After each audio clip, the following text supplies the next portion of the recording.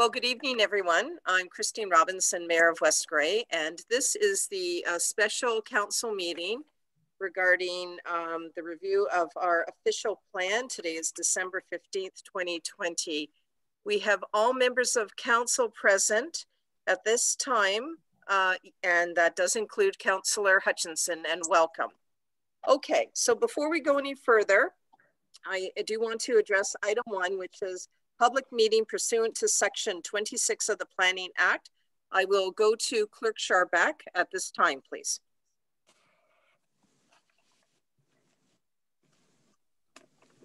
Thank you, Your Worship. This meeting is one of many steps in the official plan review and update process. And section 26 of the Planning Act sets out the requirements that a municipality needs to go through from beginning to end. So further on that, I would suggest that Planner Spencer has an excellent report and will also provide some background information on what has happened to date, where we are this evening, and our next steps moving forward. Thank you. Well, thank you, Clerk Scharbeck. Would that complete your statement at this time? Yes. Okay, we're now going to move on to item 2, which you'll note says call to order. I will say that all members of council are present. We do have a quorum. This meeting is being recorded and will be posted on our website, www.westgrey.com. Technology for this meeting is being managed by staff. Please refrain from clicking buttons unless prompted. We seem to not have any issues along that line. We're using both audio and video for tonight's electronic meeting. Now, before we go any further, Supervisor Hewlett, could you please explain the other features of this Zoom meeting software? Good evening, and thank you, Mayor Robinson. If you get disconnected at any time from this meeting, you can dial 1-647-558-0588 and enter the meeting ID 870-4624-2978 when prompted to join through the phone. Both members of council and staff have been briefed on the various features of the Zoom meeting software and will be using the raise their hand function to speak. Members of council will be using the green check mark to vote in favor of a motion and the red X to vote against. Following a vote, each member of council will then be called upon verbally to confirm their vote for the benefit of any guests who have called in rather than joining us online. For members of the public, if you need any technical assistance throughout the meeting, please send a chat message to myself, Cody Hewlett, Recreation Supervisor, and I will attempt to assist you. Thank you. Thank you, Supervisor Hewlett. We are now moving on to item 3, which is declaration of pecuniary interest and general nature thereof. Members of council, is there anything to declare at this time? Seeing none on the dashboard, seeing no indication of a declaration. We are now moving on to item 4, staff report. 4.1, Municipality of West Grey official plan update. Clerk Scharbeck, there is a recommendation before us. Could you please read it? Thank you. Through you, Your Worship, the recommendation is that Council receives the report Municipality of West Grey official plan update regarding the summary of updates to the Municipality of West Grey's official plan. Thank you. I will be looking for a mover and a seconder at this time. We will not call the vote. We will, as soon as I get the mover and seconder, we will move on to Laura Lee Spencer, who is our planner. And then I believe also our planning consultant that we've retained, which is Ron Davidson, will also be presenting. And then we will be dealing with items 6 and 7 before we do call the vote. All right, just for our pathway and the format for this. Is there a mover for this motion? Councillor Townsend, are you moving this motion? Councillor Townsend, yes, I move the motion. Is there a seconder for this motion?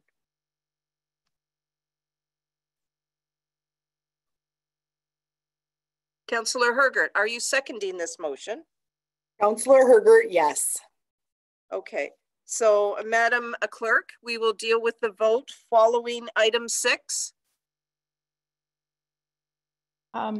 Through you, Your Worship, you can receive the report following Planner Spencer's update on that.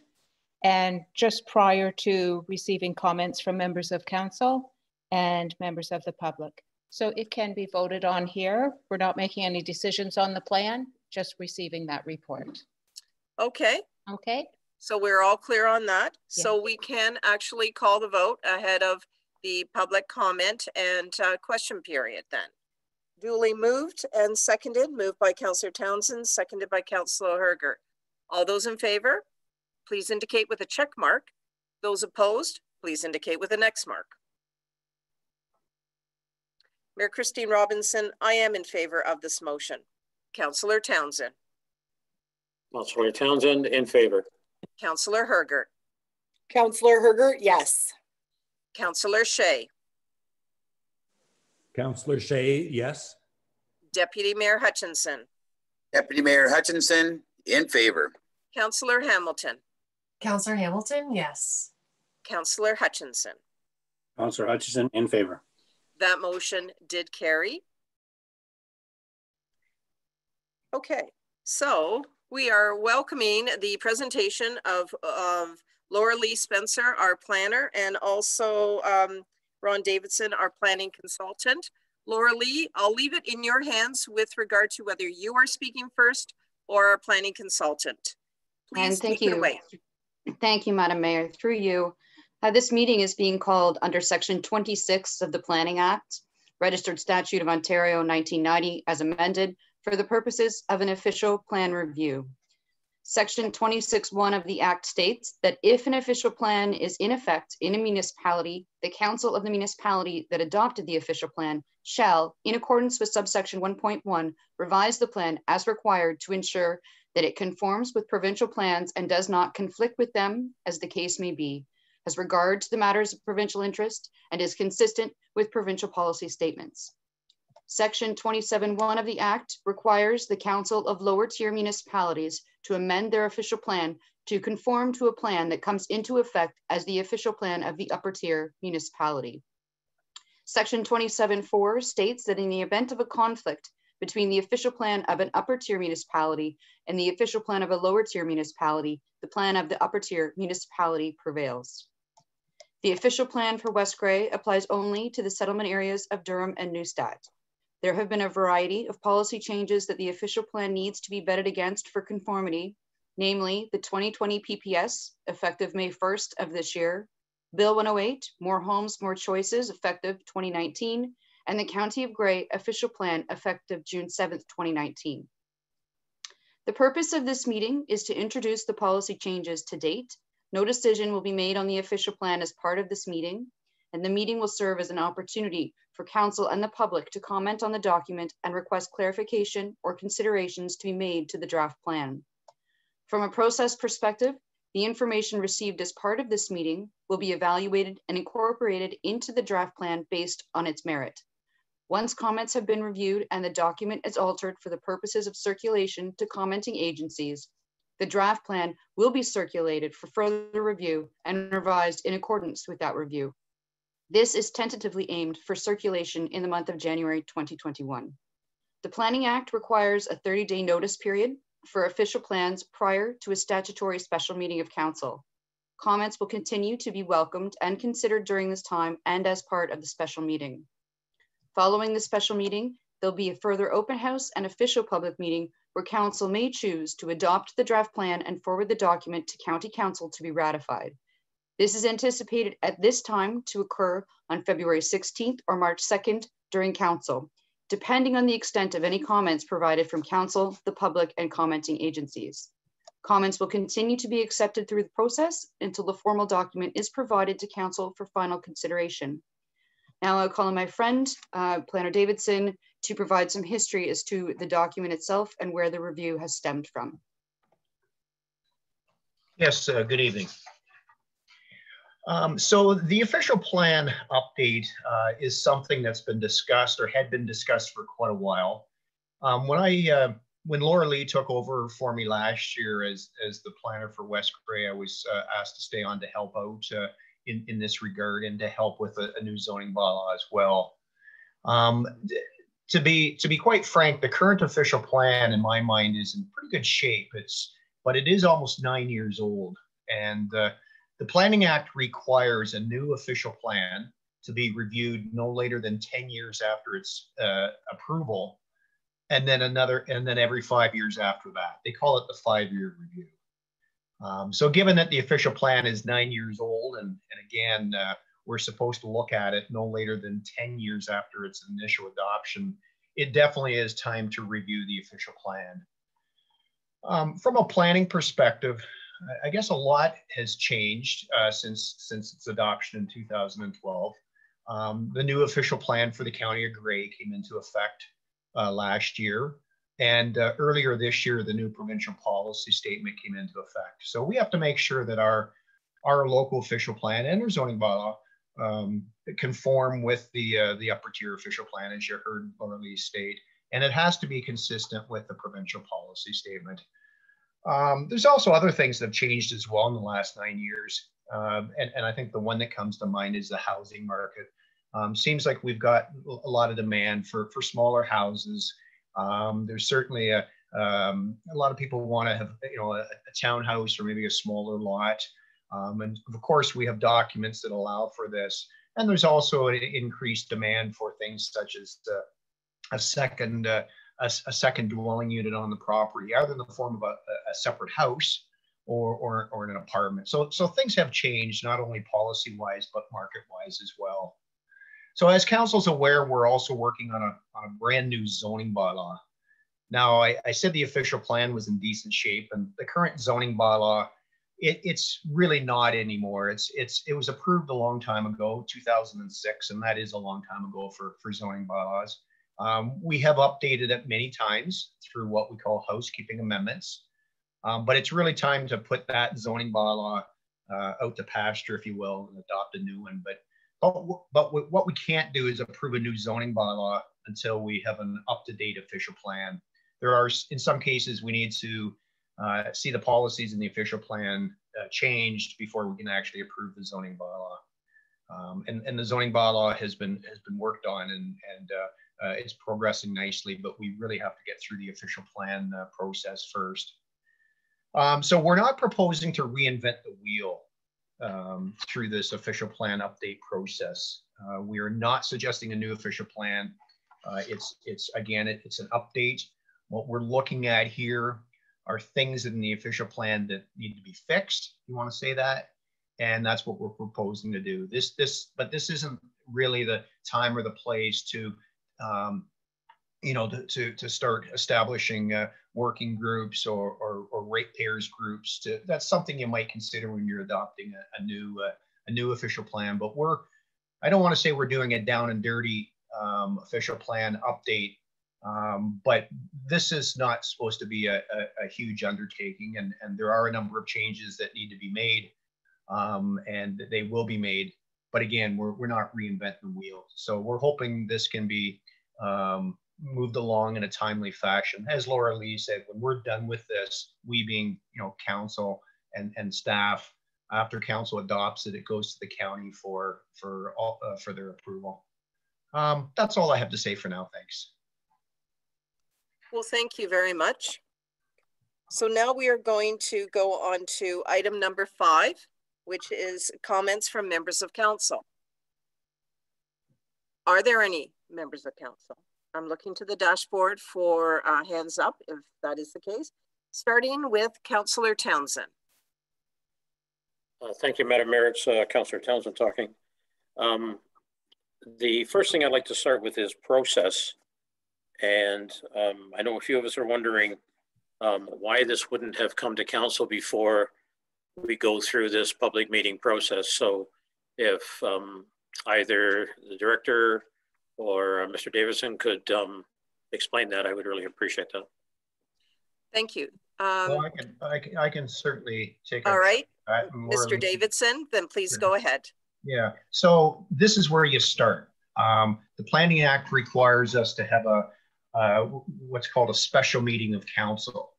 And there's really, in my mind, no sense in having a special meeting of council without having something to show you, to say, hey, this is what we think needs to be changed.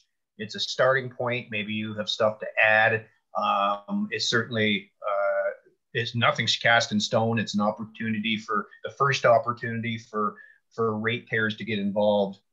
But yeah, this is the process in Ontario, and this is what we're supposed to do. It's a first start. I wouldn't consider this to be a public meeting. It is in the sense that it's open to the public, but it's more of an open house or a special meeting of council to get the ball rolling. Thank you very much for that clarification. If I might, Madam Mayor, I've got a few other comments. Yes, please continue. I'm going to start with some housekeeping, just because I think it might take away some other questions later on from either myself, the public, or others. When I look at table of contents, it's hasn't been updated, so it probably should. So it's easier to find different sections. The page numbering isn't current and things like that. So I would suggest that gets dealt with. On page 34, there's a reference to OPA Amendment number 3. And so I'm suggesting there that probably isn't applicable if we're actually restaking the starting point. And again, if people go looking for it, they won't find it. And I think that's important to do that. On source protection, water source protection, there's 2 references in the document that I found that were somewhat of a challenge, and that is that one of them says that since the act hadn't been approved yet, that we'd have to go back and do that, and the other one says when it gets approved. So they are on page 62 and 65, or sorry, 85, respectively. Again, just another little housekeeping thing. On the other hand, you kind of referenced it in the beginning of your comments, Mr. Davidson, and that was about doing the zoning and official plan within roughly the same time frame. Should both of them actually be done and presented, since the official plan says that this is a very important link? And number 2 is it's the zoning ultimately that will be when the rubber hits the road as to where things can happen, and in some cases how they can happen. So I wondered, would it make sense to do both of those together, or are they in fact going to be done independently? Yeah, definitely not at the same time. You want to establish the policy framework first and get through that. There's certainly a lot of overlap. There will be takeaway from the official plan amendment discussions that we will make sure we carry forward into the new zoning bylaw. But no, it would not be appropriate to deal with both at the same time.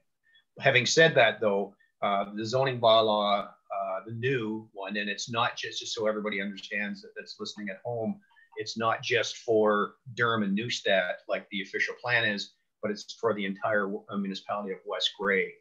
It is right on the heels, though, of the official plan, like I said, we've made great progress in getting it drafted, but we kind of have to let the official plan run its course before we get too carried away with the zoning bylaw. Okay, and I had one more comment. I appreciate that explanation. And I saw a lot of the legislative changes reflected, or other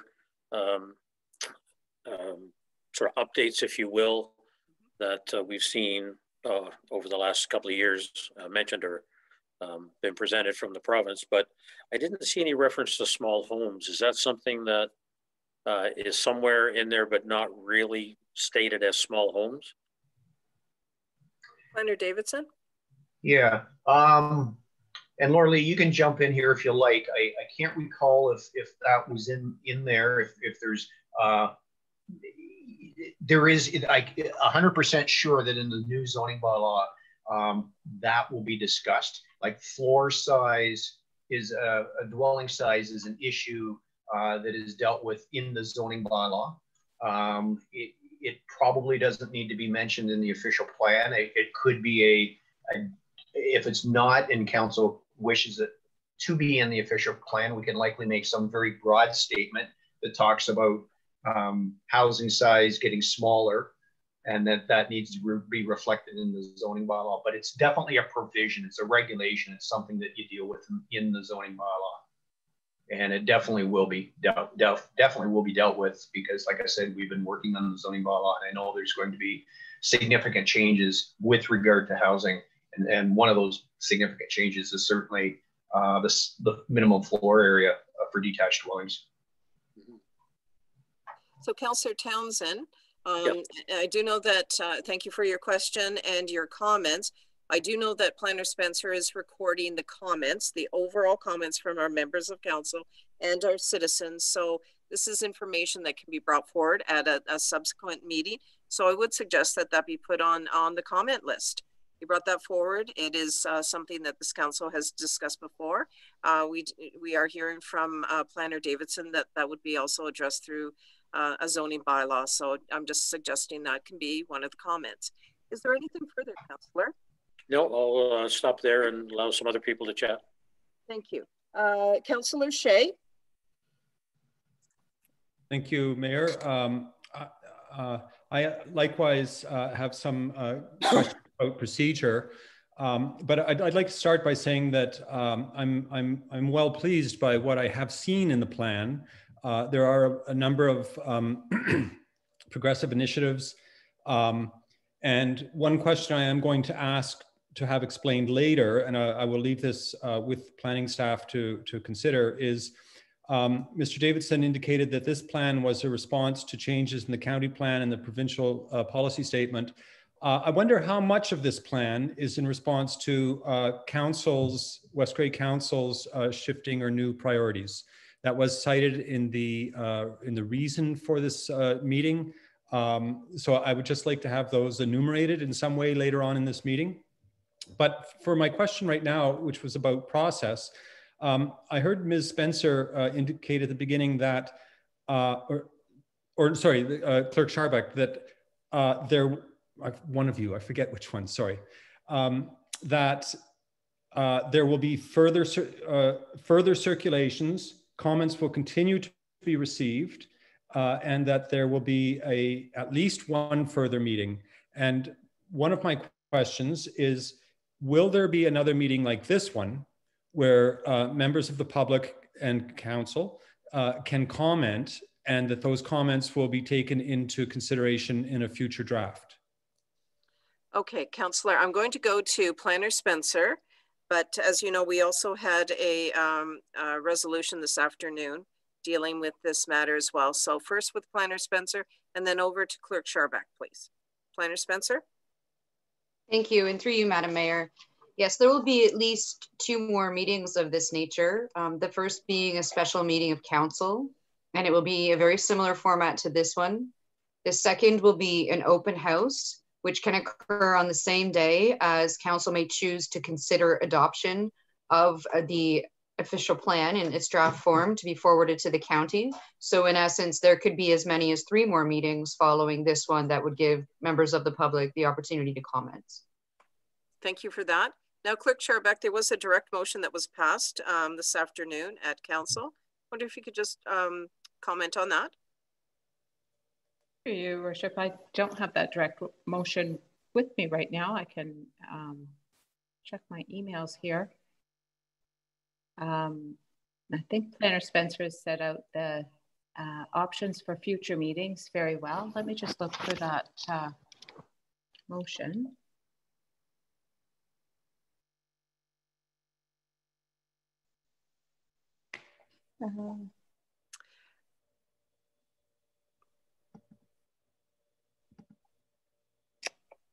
I believe it was that following the statutory public meeting of the draft West Grey official plan update, an engagement and communication strategy will be developed in an effort to gather more community and council input for a revised draft official plan update, that the strategy include a variety of opportunities and methods of engagement, and that staff present a report to council on January 19th, 2021 with the strategy and timelines. Yes, that's what I have here.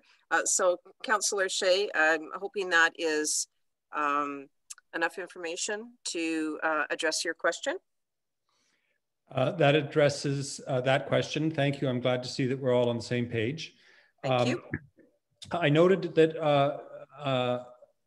Ron mentioned that this is not the time or place to engage with community groups, and that this is not a public meeting. I'll just indicate that in the correspondence that I received and what's posted on the website right now is West Grey to host public meeting to review official plan. So I don't know in what sense this is not a public meeting and in what sense this is not the time to engage community groups. You also mentioned that this is just the starting point.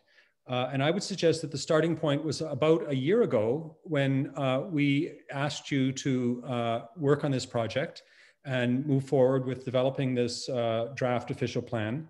I think that was the starting point, and I think we're well into the process at this point.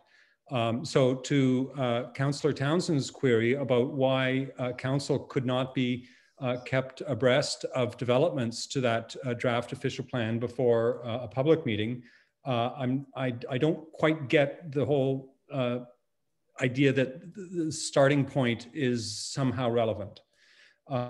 So we have a number of members of the public here. I think this is the time and place to engage community groups. I think the planner, Spencer, has indicated there will be other times and places as well. I'm very pleased to hear that. But I'm hoping that we will have a full and productive conversation this evening. Thank you. Well, thank you, Councillor Shea. And I do also want to note that under item 6, comments from members of the public. All right. Planner Davidson? Yeah, sorry, if that's how I said that, I sincerely apologize. That we sincerely want members of the public engaged, and if there happens to be special interest groups involved, that's fantastic.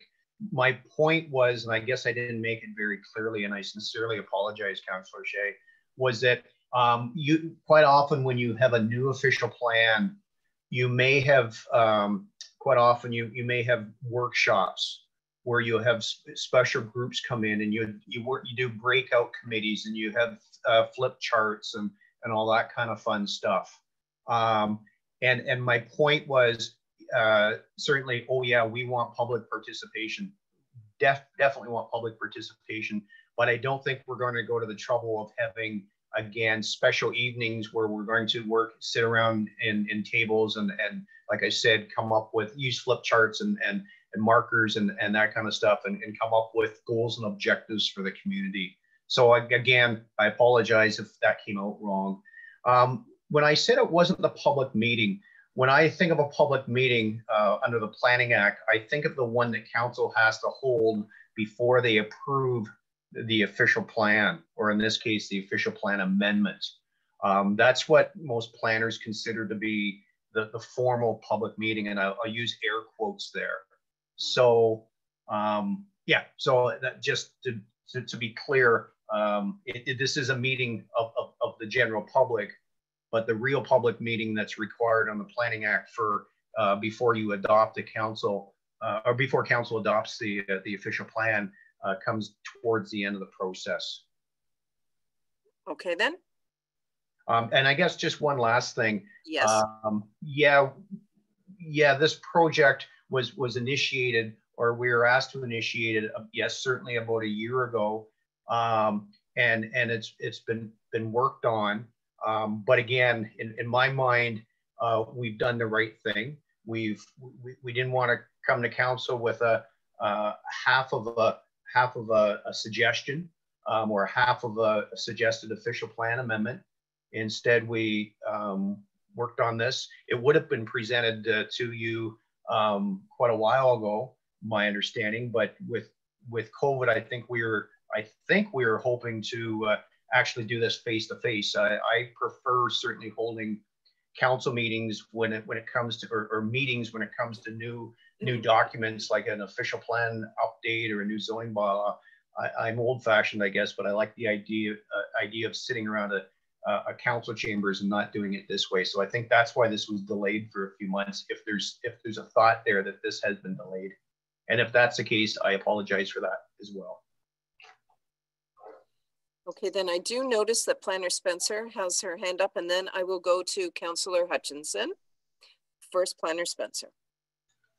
Thank you, and through you, Madam Mayor. This meeting wasn't intended to be the official public meeting. This meeting was intended to present the work that had been done to date for council to consider and comment upon, and for the public to be able to see the document and comment upon it as well. We're not legally obligated to have this meeting. It's an extra step above so that there was enough time for the public to have the ability to understand that the process was underway, in the sense of everything being going to commenting agencies, that these changes had been made thus far. And it's the opportunity for people to participate and understand the official plan process a little bit more before we jump into actual decision-making components. Okay, then. I'm looking at, oh, yes, Councillor Shea. Just a quick follow-up to the Yes. comment that you just made. Item 3 of our agenda says this is a declaration, sorry. Item 1 says this is a public meeting pursuant to the Planning Act, does it not? It certainly does. Okay, thank you. Okay. And the clerk responded with her dialogue on that. All right, thank you for that follow-up, Councillor. I'm now going to Councillor Hutchinson. Okay, Councillor Hutchinson here. I'm just going to flip to my documents, so I may lose my video. Yeah, so I'm glad to see reading this over. I mean, I haven't had a lot of time to study it because it was a bit of a short time since we received it this time, anyways. I'm glad to see that we're really not starting at ground zero. We've got a pretty good plan here, I think. I think there's going to be opportunity to tweak it and have some public input, and maybe we're looking at changing some things. But I'm pleased to see in the plan that it references our community improvement plan. So that's something that we worked hard at for the last year or so, and so it's good to see that some of the new things that we're attempting are in here. And also, I'm pleased to see that it makes reference a number of times to recreation trails. So I think that's important, something that I've been pushing, and hopefully we can do something with that. I do have a question, though, without getting into a lot of details, because I think we'll do that at a later time. I do have a question, and maybe this is for one of our planners. It talks about industrial growth, and obviously industrial commercial, we want to be within our Durham and Newstead jurisdictions, but it talks about industrial being connected to water and sewers, but we are looking at potentially having industrial company come in that's going to be outside the jurisdiction. And are we going to be okay, even though it's not going to be within our official plan? Are we going to be okay to go pursue that? Planner Spencer, do you wish to respond, or is this a question for Planner Davidson? Thank you, Madam Mayor. I can respond. Good. The merits of the application for anyone that's outside of a designated settlement area, there are certain tests that they will have to satisfy as part of their application process to determine that they are sufficiently going to be able to supply the services that they need to the site for the type of services that they require. That's the same as it would be if someone wanted a commercial property. Ideally, it would be a dry industrial use located outside of the settlement area that's not on services, but it will depend on the merits of the application as it's submitted and the documents that they provide for us to review and receive. Okay. Okay. Thank Councillor you. Hutchinson. Anything further, Councillor Hutchinson? I think that's all at this time. All right then. So members of council, is there anything else? And as I'm calling that question, thank you. I will go to Councillor Hamilton now, please. Thank you, Mayor Robinson. And some of my questions have been answered, so thanks for that. And I did just want to reaffirm that at council, we did have a motion today about just providing some other ways for our community to engage outside of a public meeting structure that could be promoted more widely, and public could engage in different ways other than an open meeting format. So I'm looking forward to that report coming from staff in January. I did have a question about the official plan. Sometimes the language is more aspiring kind of language. It's for certain elements it would be nice to have more affordable housing. That's not the language, but I'm wondering, is there opportunity and how do we get more prescriptive when it comes to attainable and affordable housing when it comes to rentals and apartments. Like, how do we achieve that as a council? If we really want to action that in our community, how do we achieve that? And do we achieve that through the official plan, or do we achieve that through zoning? I'm just looking for some guidance about how we move from aspiring to actioning those important values to council. Thank you. Yes, and I think that's really important, and certainly it falls within, as we've discussed, the pillars of our strategic vision plan. I'm going to first go to Planner Spencer.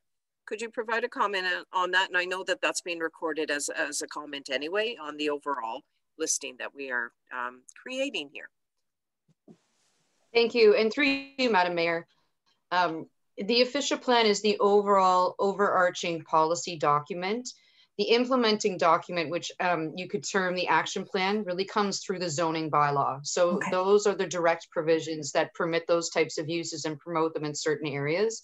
So what we're doing here is writing the overall broad policy to permit those uses.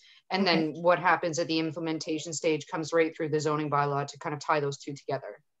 Okay, that makes sense. Thank you. So like we were talking about tiny homes. So it sounds like, or smaller homes. So through the zoning, that's where we could say, hey, we're going to get rid of that minimum square footage. It's through the zoning document that we make that more tangible, is what I'm hearing. Very good. Okay. Thank you. And I do have, I'm going to keep my questions very broad, high level, and I don't want to take up too much time. I'm eager to hear from our community, and I appreciate that there'll be other opportunities for us to engage with the document. But I did want to touch base about, so we're updating this document so that it's in alignment with the Grey County, it's in alignment with the provincial policy statement. And one piece that was jumping out for me was climate mitigation and adaptation. And I see that language in the Planning Act, and I see that language in the provincial policy statement. I'm not seeing that language in this document. So for example, in the Planning Act, they speak to the municipality shall have regard to, and they list all the different items. And one of the items is the mitigation of greenhouse gas emissions and adaptation to climate change or changing climate.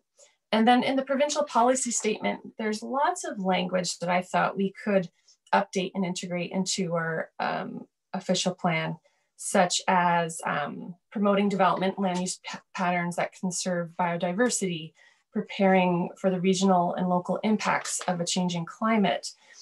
Infrastructure and public service facilities shall be provided in an efficient manner that prepares for the impacts of a changing climate.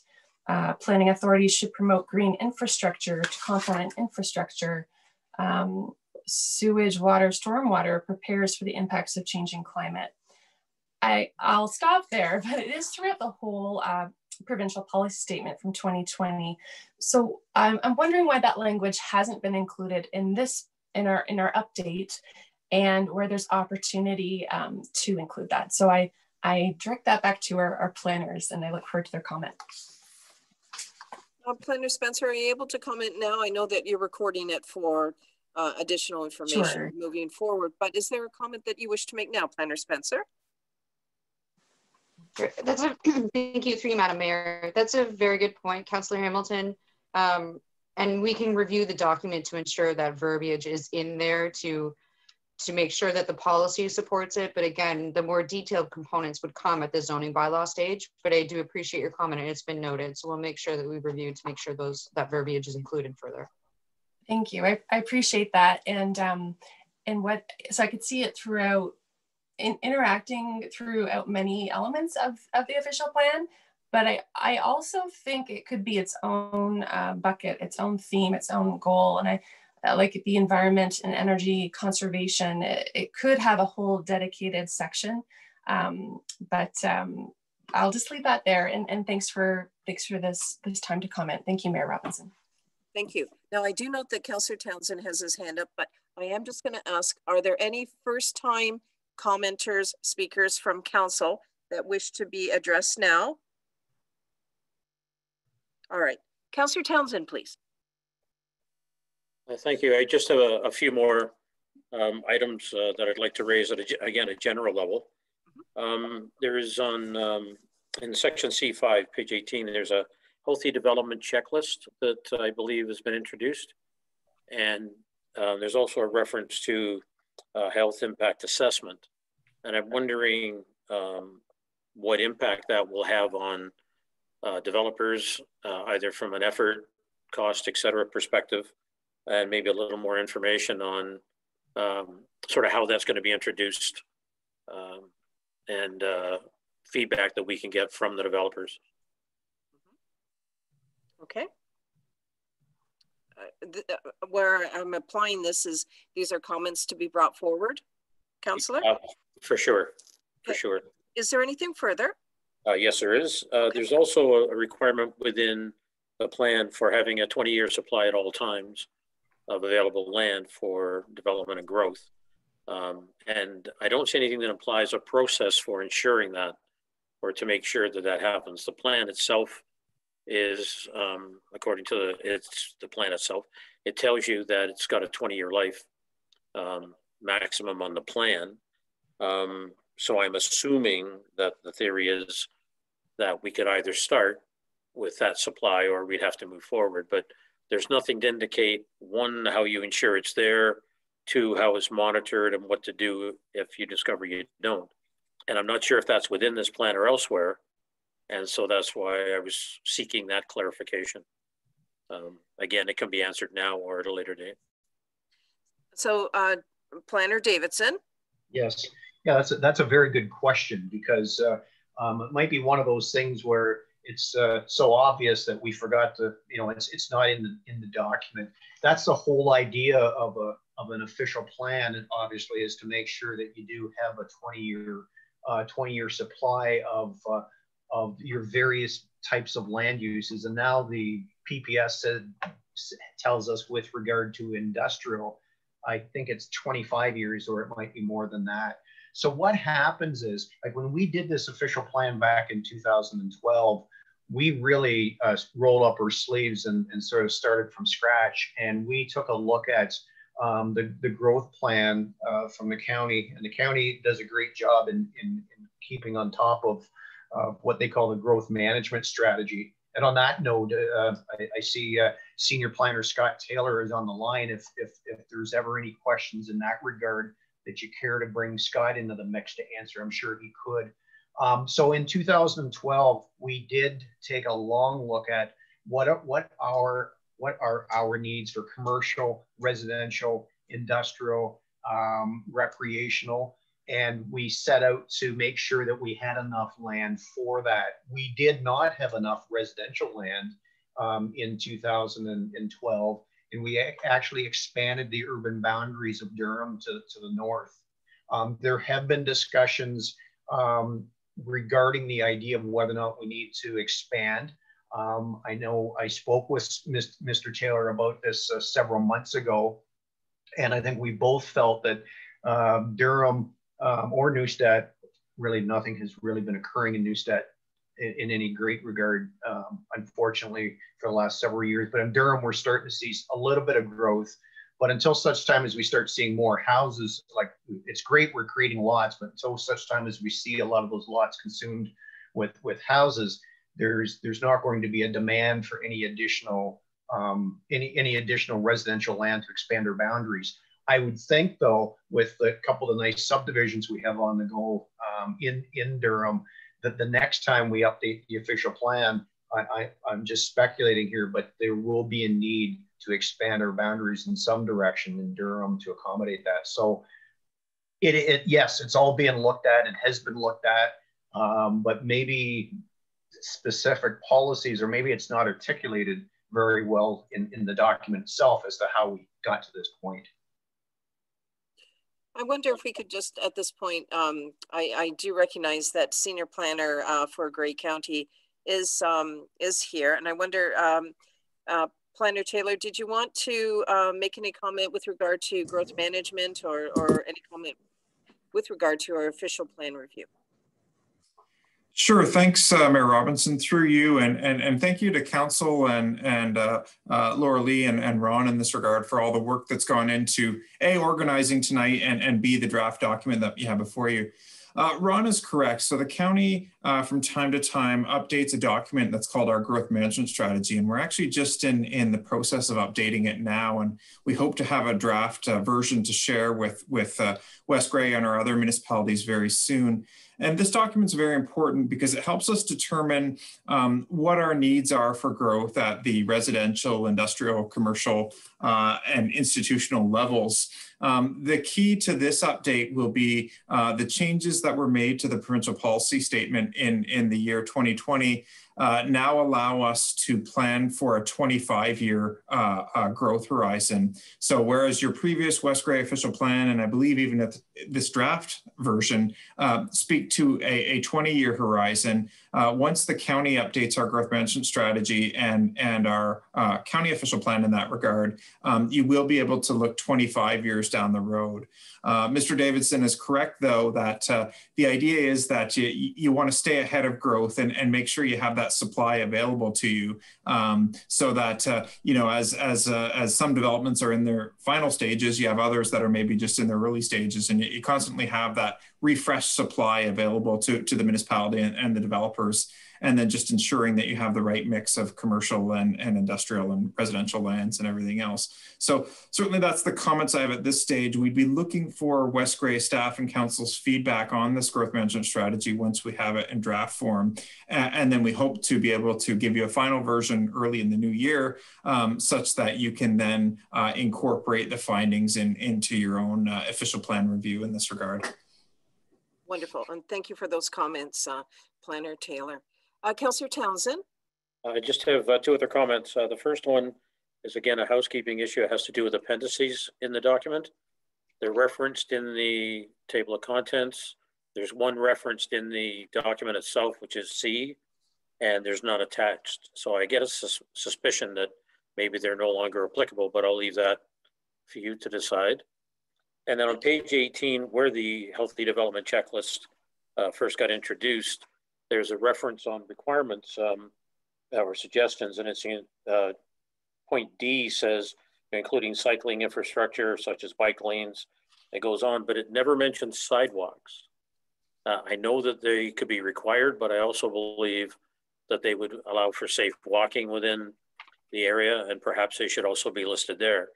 I say that because there's multiple reference to many, many things to ensure that it's included elsewhere, but also everywhere it's needed. So it might be worth adding it there. So I will end there, but that's just something to consider going forward.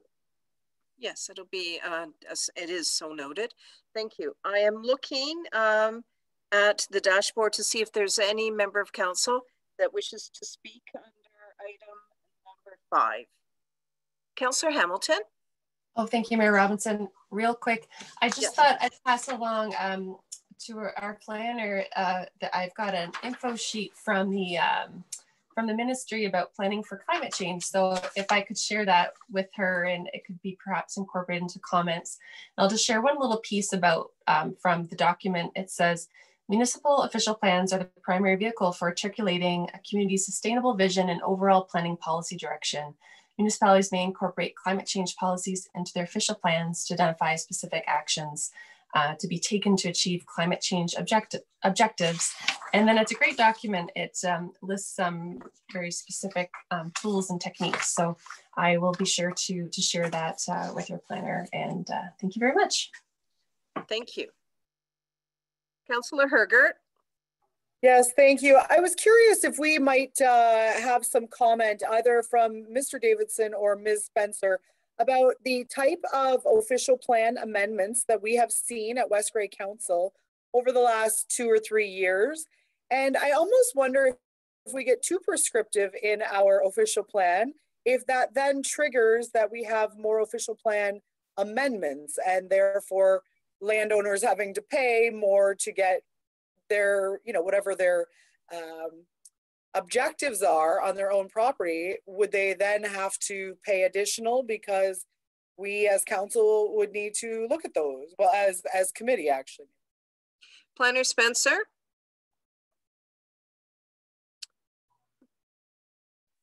Planner Spencer, thank you. Thank you, and through you, Madam Mayor. I'll let Ron speak to the history of the amendments. He'll have more knowledge in that regard. However, we have to remember that this is a policy document. It's not a prescriptive document. So some types of applications that require an official plan amendment, at times, there was a requirement back in the day for official plan amendments to occur, for example, for aggregate operations in certain areas. This document being solely within 2 settlement areas doesn't have that kind of experience. But Ron, maybe you want to take the history component of this and maybe describe further. I don't believe there are a lot of amendments, quite frankly, but Ron, you can correct me on that. Yes. I think a year ago when I was, sorry, I'm looking elsewhere. I'm just looking on my other screen, so it's not like I'm afraid to look in the eyes there, folks. About a year ago, I think we were at maybe 8 amendments, which over 8 years is, you can do the math, 1 a year, which is pretty good. Although you can't really base good planning or bad planning, I guess, on the number of amendments. But I guess you could make the general comment that our official plan seems to work. There were, I can't recall the nature of all of them. I know there is one in I won't try to go through all of them. I know there's one in Newstead which allowed for an expansion of an area that's designated residential. I'm sure council will vividly recall those discussions. And then there were, though, also in Newstead, a couple dealing with servicing. The way the policies read is that because there's water and sewer in both Durham and Newstead, it is expected that water and sewer will be available and to service all development. And there were a couple of instances where it was decided that development could proceed. It did require an official plan amendment, but it did allow for development, I think maybe on the basis of just municipal water, but I could be wrong on those.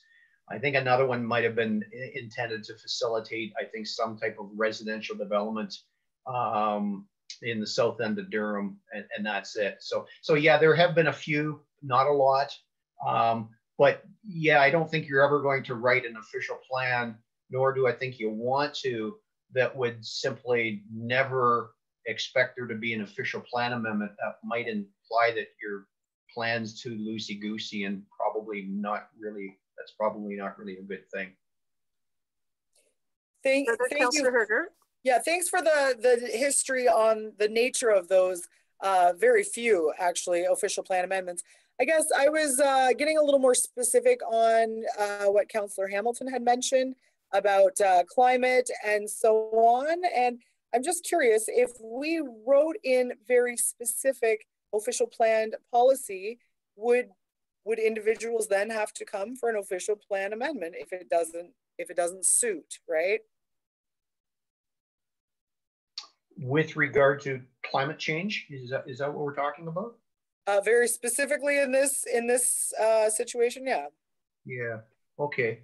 So I guess sort of I probably can't answer that right now because I'd have to see exactly what we're talking about in terms of the policies for climate change and okay, maybe what Councillor Hamilton had in mind, and then I could better respond, sure.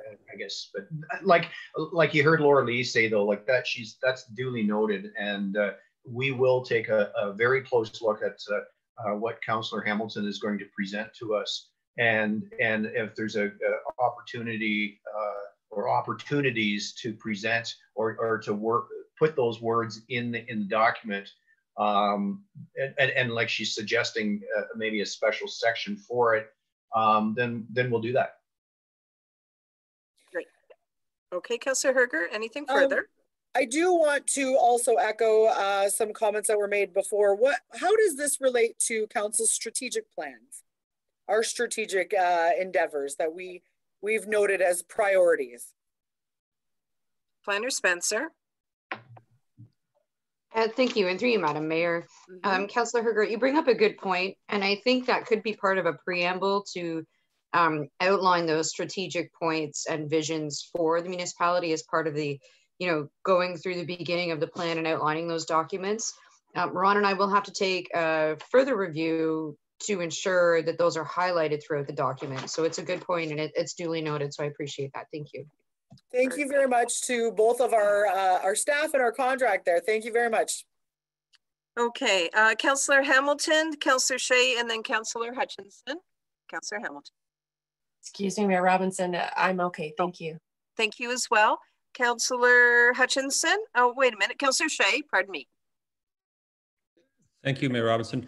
So I indicated in my first round of questioning that I would conclude by asking the planners if they could identify what aspects of this plan were included to identify council priorities, kind of echoing Councillor Hergert's last comment. Do you have anything that you could point to? I like to think that the reference to permitting narrower roads within subdivisions was a direct response to questions that I've raised a couple of times, but that may or may not be the case. Maybe I'm just flattering myself. So if you had any comments about that, I would appreciate it. Thank you. Okay, is there an opportunity for a comment back from Planner Spencer or Planner Davidson at this point? Understanding that you're absorbing the comments, and there's a few members of council that have identified factoring in the strategic vision plan into this document as well. But Planner Spencer, anything further to address here? Well, I do think alternative design methods in order to promote a higher density, I mean, that comes from the province directly all the way down through planning documents.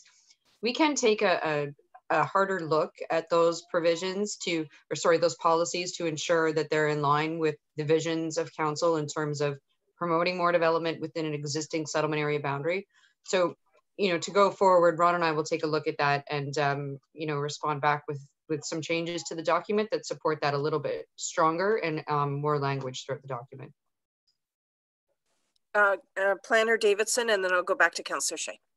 Yeah, I know that the short period of time I think that I was your planner with this council, it seemed to be loud and clear that housing was a major issue, and that we needed to make things a little bit easier. I guess maybe again this theme is a recurring theme here tonight about smaller house size. But I think between the official plan and the zoning bylaw, the implementing zoning bylaw that you'll be seeing soon, I truly think that that's maybe the biggest thing that will reflect what I thought was, and Morley thought were council's wishes. And that's, again, smaller houses, maybe smaller lot sizes, a better density, allowing for other opportunities like a rental apartment in a house, or allowing for a secondary suite on the property in the form of a second structure. Maybe a spoiler alert here, but when you see the zoning bylaw that we're preparing, it's going quite far. I mean, in terms of opening up the door, but it is not only what the province wants to see, but it was my understanding that's certainly what council wanted to see. As an example, the province is telling us we have to allow for, at least where you have water and sewer, a secondary dwelling unit inside of not only a single family dwelling, not only a semi-detached dwelling, but a townhouse as well. So we're, in my mind, that's a substantial change. There'll be, some old-fashioned people like even myself that say, "Wow, you're really going to allow for a secondary dwelling unit inside of a townhouse? Does that fit that?" But it's a sign of the times. And again, yes, that's coming from the province, and yes, you'll find it in the county official plan. But I truly think that reflects what I saw, anyways, was a push from council, or a wish of council to see the housing policies change. And I think between the official plan and the zoning bylaw, they're changing considerably. Thank you. Thank you. Councillor Shea? Thank you, Mr. Davidson. That's very helpful. I do think those are priorities of ours, and I do think we've articulated them, and I do think you've reflected them. Just a point of clarification, when I mentioned that road sizes were going to be allowed to be reduced, I think the plan actually says road allowance. Will that reflect in possibly narrower roads as well? Yes. If I may, yes. Yeah. I certainly would. Yeah, it's possible. And what it comes down to, really, in my mind, is big emphasis on here on turning towards your public works department and ask them, are they comfortable with A, smaller road allowances, and B, smaller roads? I know some municipalities, that's a no-go. Sorry, it's got to be the road allowance has to be 66 feet wide, and the paved portion, sometimes it varies. I think maybe I'm wrong, 26 and 28 feet. But the idea of a smaller road or a smaller road allowance is just, it's something that they won't entertain. I would suggest if that's what we're thinking, we should definitely ask other staff for their professional opinion. It certainly wouldn't be fair for myself, and I guess I'll speak for Laura Lee. We're not experts when it comes to answering the question, which is, how much pavement do we really need, and how much road allowance do we really need to fit all the servicing in there? But Councillor Shea, that's something that Laura Lee will note there, and we will bring that up with staff and ask the other staff and ask them for their opinion on that. Great, thank you. Yeah. Thank you, and I would say that would go through to Chief Martin for West Grey Police, and obviously within, I'm thinking Director Schwinski for Planning and Infrastructure, as well as Chief Schwartz for Fire. And then I'm going to say, even if our CBO, Carl Shaprek, needs to comment. So whatever staff need to comment, I think that's a very good point that you raised, Councillor Shea. Before I go to Councillor Hutchinson, I do want to just follow up. Councillor Shea, is there anything further? All right, thank you very much. Councillor Hutchinson then. Yeah, Councillor Hutchinson here. So just an observation and maybe a question. I really see that there's somewhat of a conflict when we start talking about intensification within our settlement areas, talk about 20 units per hectare. And then on the other hand, we talk about healthy communities and climate change and whatnot. And when we start talking about, we need to have more trees, trails, green space, etc. But yet, in the meantime, we're talking about intensification. We're really jamming a whole bunch of houses together, not leaving much room for anything. So to me, there seems to be a conflict there. And I don't know, is that just an observation? Am I out to lunch on that, or do I see some issues there? No, you're certainly not out to lunch. I'm just going to say that right now. And I think it's where I do know that our planner is taking notes on that one to have that incorporated as well. But Planner Spencer, is there any comment back to the councillor on that? Thank you, through you, Madam Mayor. There are several components to that intensification piece of the official plan, in the sense that, as Ron previously stated, the province is really giving a lot of permissions for secondary dwelling units, units on top and behind and above. And the one thing that doesn't really seem to be considered, and might be something that council needs to consider going forward in future, maybe not part of this review, but what capacity do we have for services to permit these types of uses? And is it a good idea to have the ability for everyone to be doing this when we don't have the answer to that question? So it's one thing if you're building a new septic system and a second well and you're in a rural area, but when you're on services within a municipality, if you don't have that idea of what that capacity is, I think it's a slippery slope, and that's something that needs to be considered. So the one thing I will say is that I know the county official plan gives permissions for all of these different types of dwelling units within settlement areas and other areas as well, but we are allowed to be more restrictive. So if there is a decision and a will of council to maybe give a little bit and can step back and maybe find out the details about the servicing component, I think that would be beneficial going forward, so that those decisions can be made through a future amendment. You don't have to wait for 5 years to make that amendment. You can make it a specific amendment dealing with one subject, so to speak. So, but I do think without that information and in absence of that, it's very difficult to say that it isn't going to cause a problem in future going forward. Councillor Hutchinson, before I go back to you, I would ask that Grey County Senior Planner Scott Taylor, if you'd like to add anything at this time, please. Thank you, Mayor Robinson, through you. And just to build off what Laura Lee was saying, and to get to your question, Councillor Hutchinson, the county plan and the provincial policy statement and subsequently your own West Grey documents are not seeking intensification at all costs. And part of the Healthy Communities checklist is looking at density, but it's also looking at those other community attributes that help make Durham and Neustadt a wonderful place to live.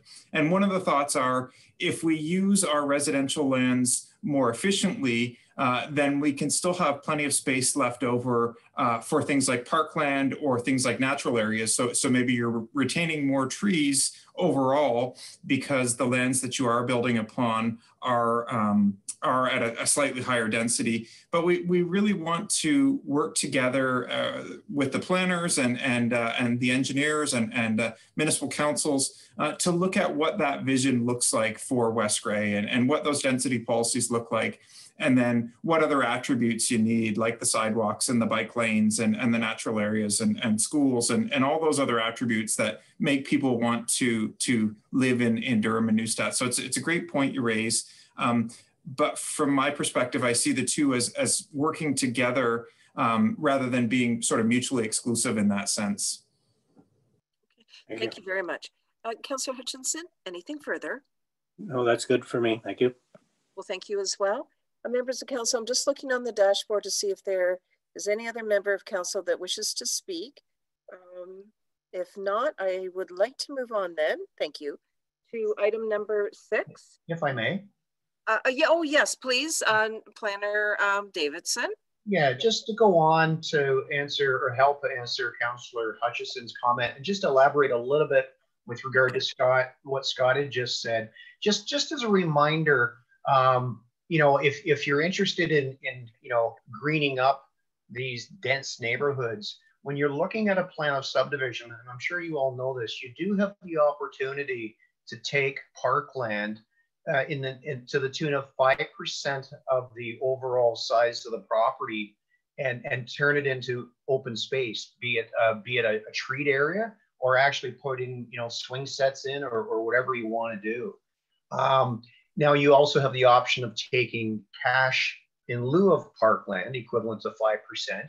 And I know a lot of municipalities, they don't want another park. They'd rather take the cash and do something with it. But if this is truly something that you want to see, a little bit greener space, a little bit more open space, then by all means, don't be afraid to say, listen, we want the parkland, we want a park or smaller versions, I guess they call them parkettes, whatever that means. But we want to see that in a lot of neighborhoods because it's, as Scott said, that's one of the things that would make Durham and Neustadt, a charming place to live if you do have parks. So that's just something to tuck away for the next time you see a plan of subdivision and the developer would prefer to give you cash. Maybe you want to take the position, no, we want the park. And that's a council decision. That's not a planner's decision. Well, thank you for your comments, Planner Davidson. All right, now on to item 6. Item 6 is comments from members of the public. And thank you everyone for waiting for this component of our meeting. It's been a very interesting discussion. I'm going first to go to Supervisor Hewlett. Could you please just refresh everyone's memory in terms of how to participate? Thank you, Mayor Robinson. There are a variety of ways members of the public can participate during the public comment period for this section of the meeting. The first would be by raising your hand. Using the online meeting software, you can raise your hand by clicking the blue hand function, usually located in the bottom right-hand corner of your screen. Alternatively, if you've joined us over the phone, you can press *9 to raise your hand as well as *9 to lower your hand. The other option for members of the public wishing to participate would be to send a chat message to myself, Cody Hewlett, Recreation Supervisor. I will make note that members of the public wishing to make comment during this period are asked to keep their comments to 2 minutes. Okay, thank you. Let's begin. Supervisor Hewlett, I do see a call in with the last 3 digits, 142. Okay, I will unmute them at your request. If they could just state their name for the record as well as their comment. Good evening. Hello, if your last digits are 142, thank you for participating. Could we please have your name? Hello, it's Marion Ratcliffe here. I should know that. Hello. You should, yeah, 142 by now, eh? I will remember that. Yeah, I'd like to thank you very much for having this meeting for tonight. It's actually been quite informative. Some of the questions I had prior to this have already been answered. I noted at the beginning there's a 30-day option. It sounded like for us to write in, whether it's 30 days or longer. Specifically, who do we address comments to? If we're doing it in writing. Planner Spencer, could you respond? Thank you. Through you, Madam Mayor. Ms. Radcliffe, you can direct your comments to me or through the clerk's office, and they'll be recorded as part of the record. Okay. I guess my next, my concern has to do, of course, with this intensive growth plan. Some of the councillors have already mentioned it as well. Loss of green space, concerns about increased pollution of all kinds, congestion. If you're going to have, more intense, you're going to develop congestion issues. If those can be looked into as well. And garbage. Is there going to be some at the same time? Is there going to be plans going on looking at where are we going to put this garbage? Since we already know that the Durham landfill certainly is got a very short lifespan left to it. And that needs to be done side by side with any plans for development. And there was mention that potentially down the road, we would be looking at extending the borders of Durham. And that leaves me quite concerned about loss of agricultural land. So those are just some concerns that I have that hopefully can be addressed through the processes. And at all times, as you're looking at this, to remember that we are a rural community. We're not Brampton. And the mention of, going with parks rather than taking the cash, I think is a really good suggestion. That's all I have to say right now. Thank you, Marion Radcliffe. Very much appreciate your participation and note that your concerns are being recorded. All right, SNL Papineau. Good evening. Hi, it's Sue Papineau here speaking. Thank you for allowing me to speak at this meeting. As much as this meeting is a public meeting pertaining to the changes of the official plan of Durham and Newstead, I do find it interesting after listening in length to the council meeting today about the councillors' concerns of transparency and notification to the public of meetings, and especially meetings like this one that are public meetings, and how the word gets out there. This one was a bit more well advertised than was the last one on the Bruce subdivision, which was a one-off public meeting. And that door has closed now without people knowing about it. I have a lot of concerns on this official plan, but I think after listening to this evening and listening to the council meeting today, one of my biggest concerns is that I do not believe that the council of West Grey, the council members, were given enough information beforehand to properly be able to digest this and comment on this. I think this is something that needs to be pulled back, and it's such a time that they feel comfortable with bringing it forward again to the residents of West Grey, that proper notice be given for a public meeting so that we can all have a way of having our say after council has reviewed it, because council hasn't reviewed this at all. They weren't given the opportunity. This is a 91-page document that hit the West Grey website on Friday afternoon. And I do not believe that is fair to the public nor to council members to be able to review it and give proper input. I appreciate the input that they have given, but this is not acceptable. It's not transparent. It's not acceptable. Thank you. Thank you very much for those comments. Very much appreciated. Supervisor Hewlett, please assist me here. Is there anyone else from the public that wishes to participate either via phone or online? Just as you said that, we had 2 members of the public who That's raised great. their hands. Would you like to go with the phone number or the individual over the software first? We will go with Bev Falco, please. Okay. Good evening. You'll be able to unmute, right? Hi, everyone. Hi, Bev. Good evening. Please hi. Go ahead. I have to take my hats off to all of you staff and counselors together for this long day because I'm exhausted already. I just wanted to, I am going to submit a lot of things in writing, way longer than 2 minutes worth. I did want to point out that I realized a lot of work went into the original plan. It always does when it's the first time, the 2012 plan. But I do think that a lot has happened since then, and a lot of issues are coming to the forefront. And our own council declared climate emergency or crisis, I forget the term. And I think it's very important that we look at all of our planning and our goals and objectives through that climate lens. So that's one of my main issues. I think there are a lot of changes or rewording that needs to be incorporated into the updated plan. I of course, as most of you know, environment is my biggest issue.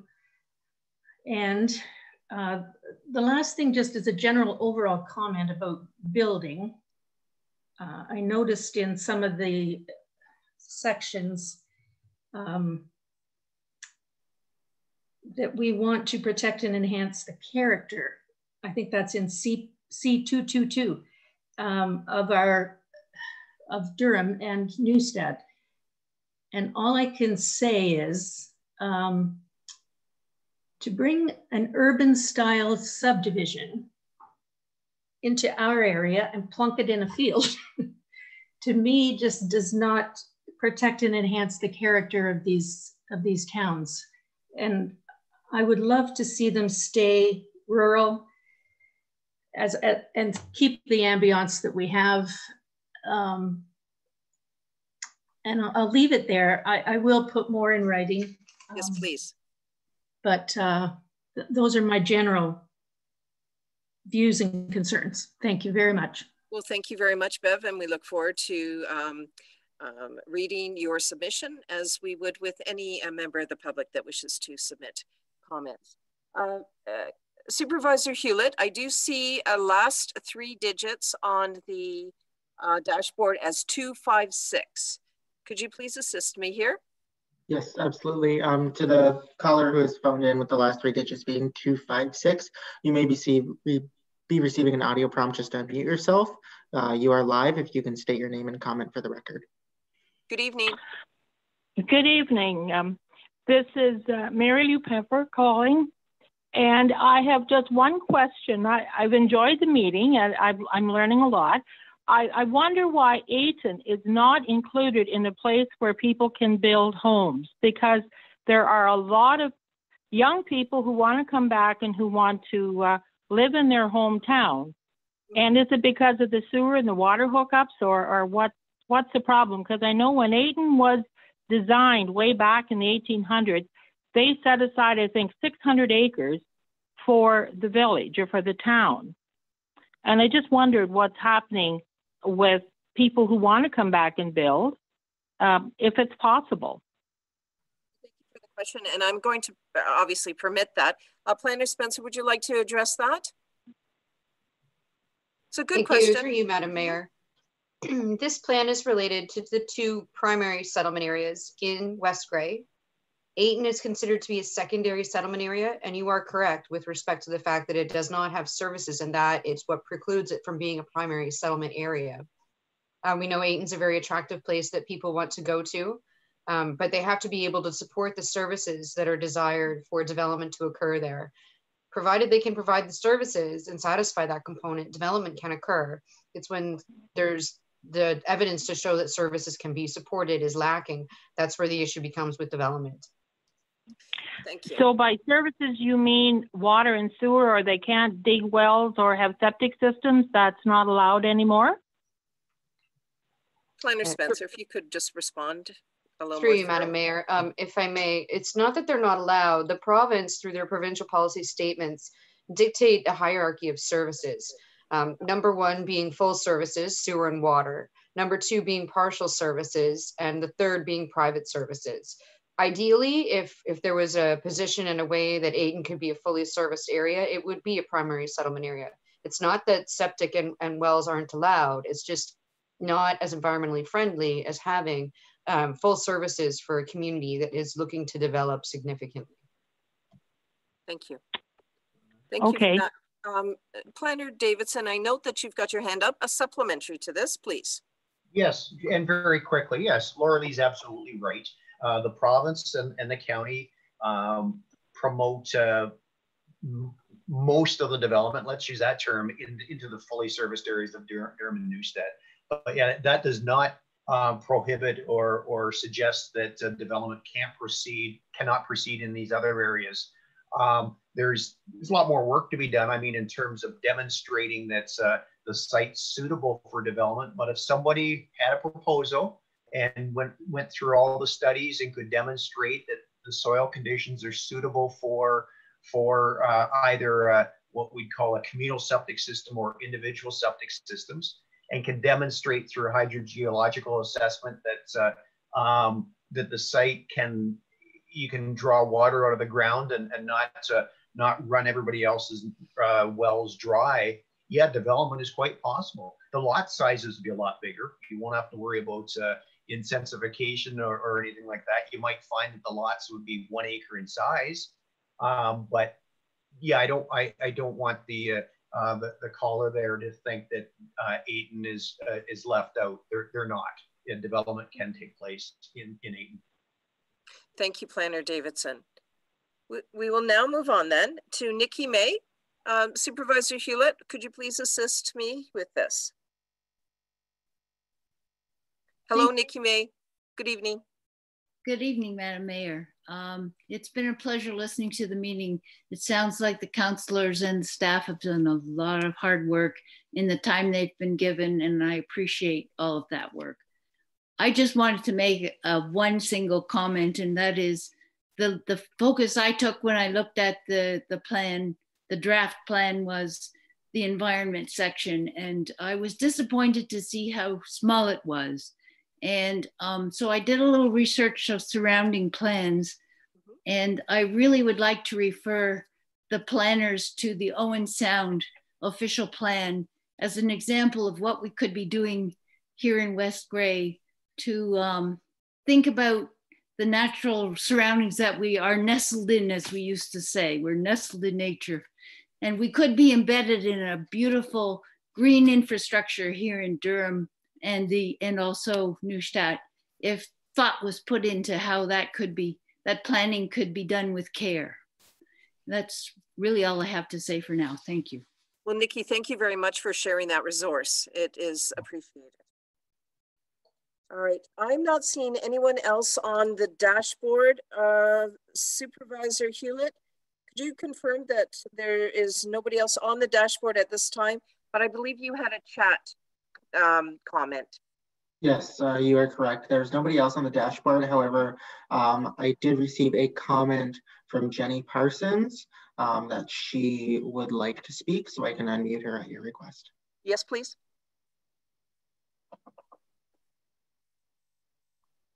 Hi, Jenny. Good evening. Hey, it's Jenny and Steve, your mayor. Steve as well. Hi, Madam Mayor. It's Jenny. Hi. Hi there, please proceed. Thank you. Thank you very much for your discussion and for this coming forward. I just want to as well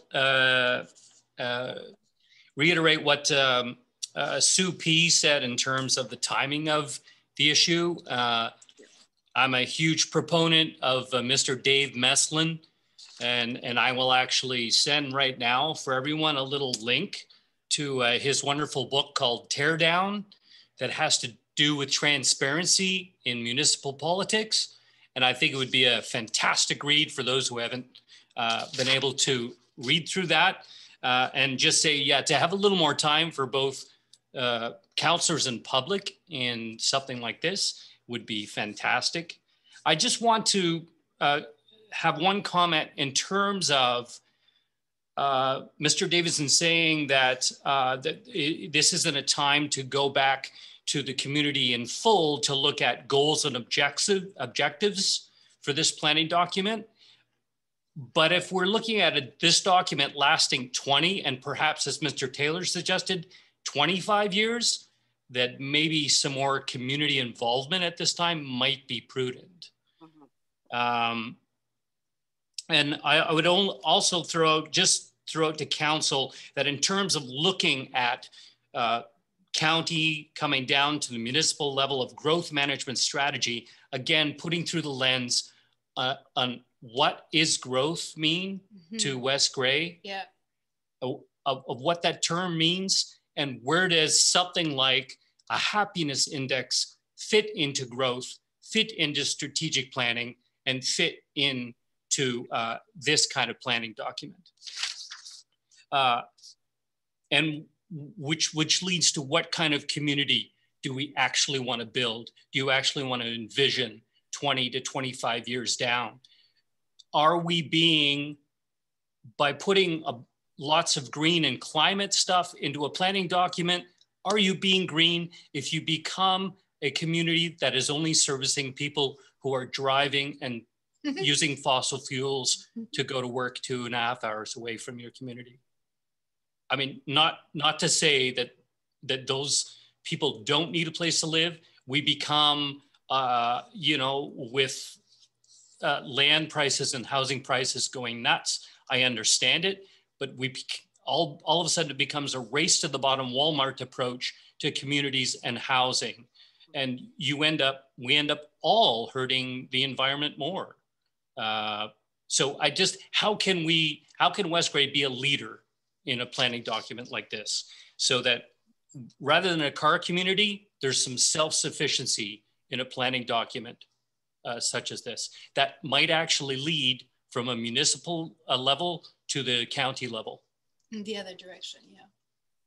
Well, thank you very much, Steve, for that. And those comments are being noted, and we look forward to you sharing that resource. Jenny, did you need to add anything at this point?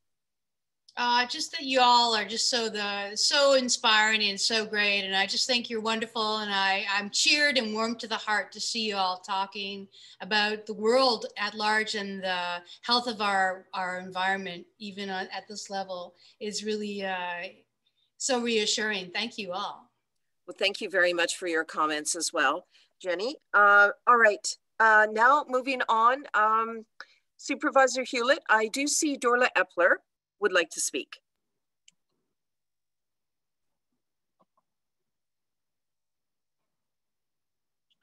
Good evening, Dorla. Yeah, good evening. Thank you for letting me speak. This has been a really, really good meeting. Really fun to listen to everything. I just want to throw in there, remind everybody that we could be building subdivisions with houses which are built in a way that they would last for a very, very long time and use basically no energy to heat, like with, passive solar and biomass heating. Anyways, I just want to remind you, this has been on my mind so much, but then I've strayed a little bit away from putting my word in, but we're realizing that we're going to build hundreds of houses which are going to be using a lot of energy and a lot of material, and they're not going to last very long. Instead of building houses which are going to last for a very long time and use basically no energy and could produce their own energy.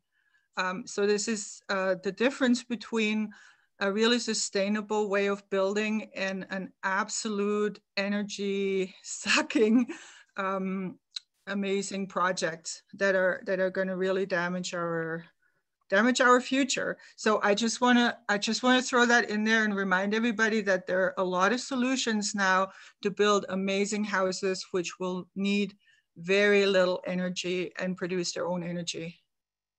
That's all. Sorry, yeah, that came out just in a blurb, but there it is. Thank you. Well, thank you as well, Dorla. Very much appreciate those comments. I'm just looking again, Supervisor Hewlett. I'm scanning the dashboard. Supervisor Hewlett, are you seeing anybody else that wishes to participate? Ah, yes. The last 3 digits, 619.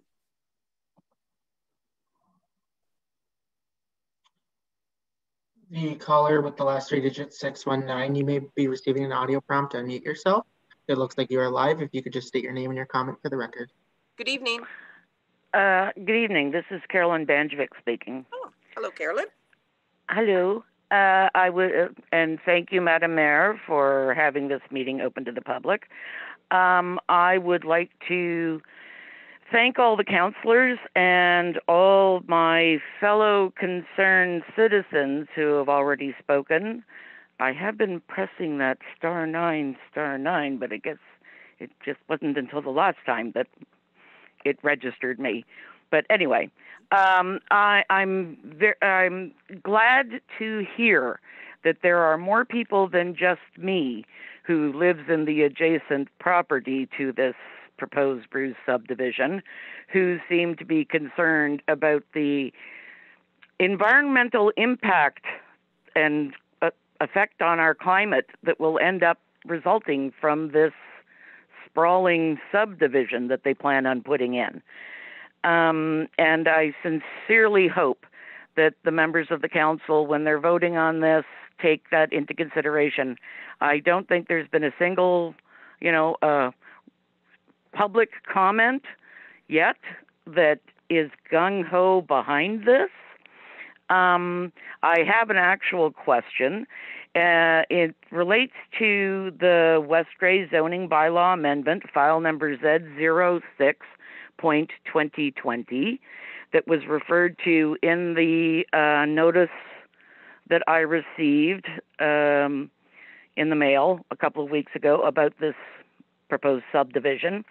And it's a twofold question.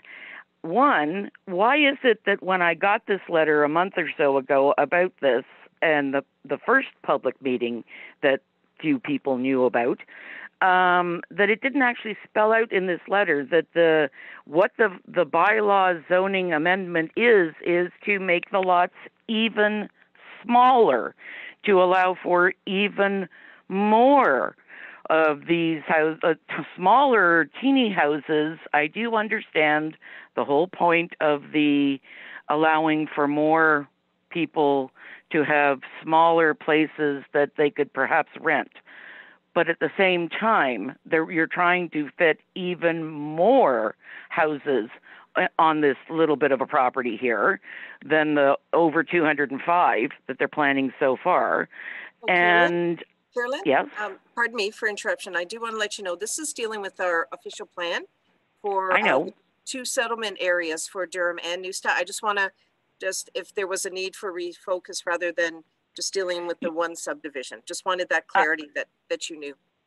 I am aware of that. And my specific question in regards to, aside from the why wasn't it spelled out in the letter, it just says we're going to be voting on this amendment number Z06.2020. And my question right now is, after listening to the meeting tonight, is this zoning bylaw amendment that I've just referenced, is it as I'm trying to figure out how to phrase this. what our limit is already in West Grey, is it already within the Grey County guidelines that they were talking about, that our West Grey guidelines need to match it? Does Grey County allow for the smaller lot sizes? Okay. Or is this amendment to make even smaller lot sizes than Grey County allows? Well, thank you, Carolyn. I'm going to go to two planners for the response. First to Planner Spencer, and then, if I might, to Grey County Senior Planner, Planner Taylor. Planner Spencer, and thanks for the question, Carolyn. We'll get a response, and then I'll see if there's anybody else that wishes to comment from the public. Thank you, and through you, Madam Mayor. Ms. Bojanovic, as we spoke before, when applications come in, we are required to determine if they're complete and host a public meeting. I think you're speaking to the density requirements of the county official plan with respect to the same requirements that the local official plan has. The province has been very direct, and they have said putting new development toward fully serviced settlement areas is what the province prefers in terms of hierarchy. So this isn't a surprise. Nothing has been passed with respect to this subdivision. The door is not closed. I do believe that you sent me comments that are on record, and they will be considered as part of the record and stay that way. I don't know, Ron, if you want to elaborate on that a little bit further, but again, that's kind of a more specific component rather than the municipality's official plan at this point in time. Thank you for that. I want to go to Planner Taylor, please. Anything to add? Yeah, thank you, Mayor Robinson, and thank you for those comments. And just to build off what Laura Lee was saying, so the county official plan does permit development in Durham and Neustadt, at an average density of 20 units per net hectare or higher.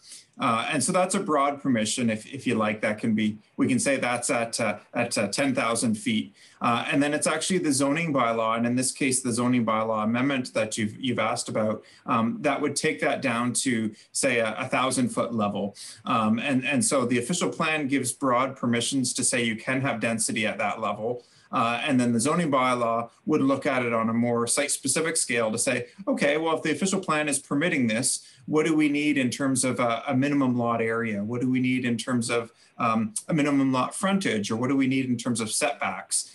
So what that zoning bylaw amendment is doing is trying to implement the official plan specific to the development being proposed. But as Laura Lee has mentioned, nothing has been passed yet. And we're certainly thankful that you've taken the time to share your comments with us. And both Ms. Spencer and I will be considering those comments and the comments we've heard from council and from other neighbors to this development before making any final recommendations on this development. But certainly, again, very appreciative that you've taken time to share your comments in that regard and ask questions.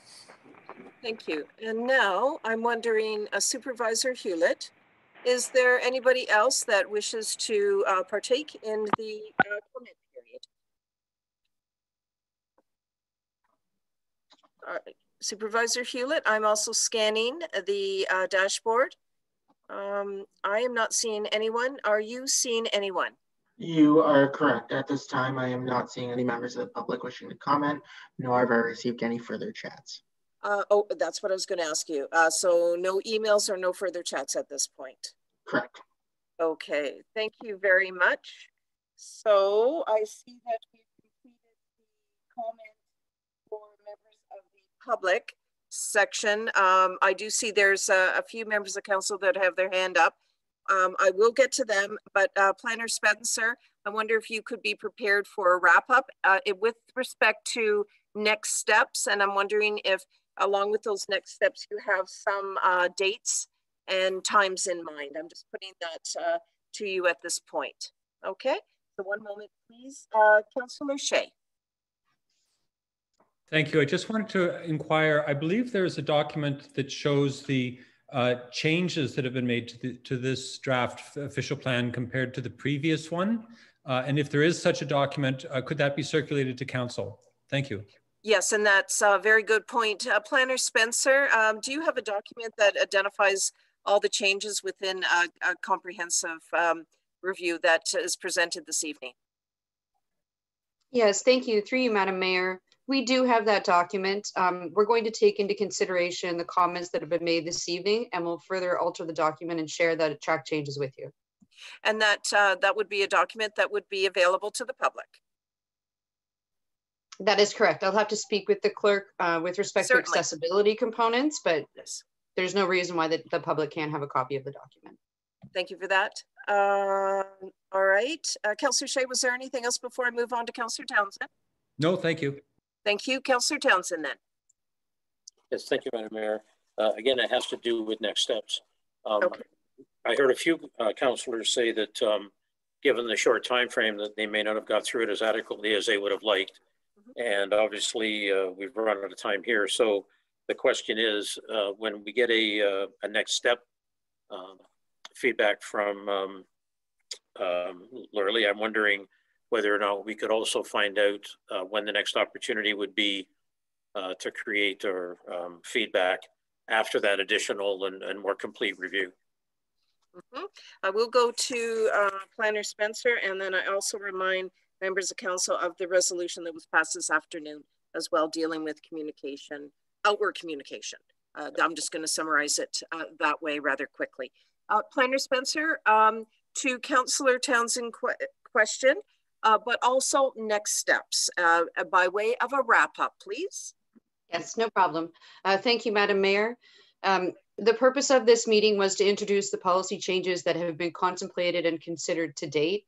Again, no decision was to be made at this meeting in terms of the official plan draft document.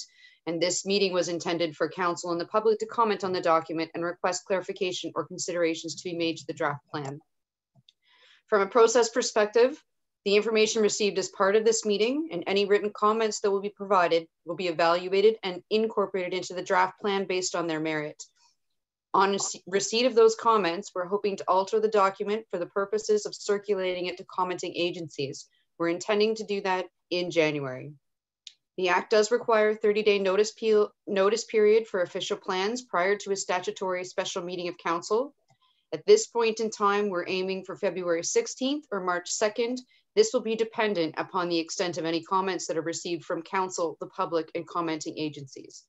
Comments will continue to be accepted throughout the process until the formal document is provided to council for final consideration, and we encourage the public to provide their comments as they can and will, and the document will remain on the website, and notification will be provided for the next two steps of the process in terms of a special meeting of council, an open house, and the final meeting of council for consideration. Thank you very much. All right. This has been a most enjoyable meeting. More to come for certain. I thank everyone for participating in this. This is a milestone for the municipality, and there's more discussion that needs to take place. Before I go to item number 7, Councillor Johnson, I note that your hand is up.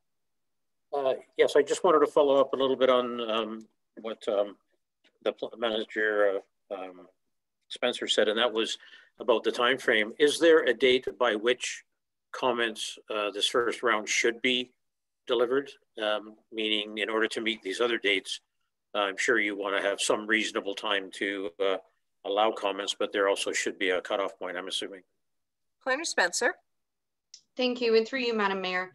There will be, once the first statutory public meeting beyond this one occurs, there will be time in the period of, we're hoping is 20 days for comments from the public to come in. And if there's significant changes required to the document, they will be addressed prior to going to an open house and public meeting. So it will all be dependent upon those comments that first come from the authorities that have jurisdiction. So the Conservation Authority, any county comments, and other outside agencies that would normally comment on a planning application. If those comments are horribly significant, the process can move as suggested, but if they are a little bit more intense and significant, then it may be delayed further into March, but we're hoping that that's not the case. Thank you very much. Thank you, Councillor. I am now moving on to item 7. This is adjournment. Clerk Sharbuck, could you please read the recommendation? Thank you. Through you, Your Worship, the recommendation is that West Grey Council closes this public meeting at 8:45 p.m. Is there a mover for this motion? Councillor Hutchinson, are you moving this motion? Councillor Hutchinson, yes, I move the motion. Is there a seconder for this motion? Councillor Shea, are you seconding the motion? Councillor Shea, I second the motion.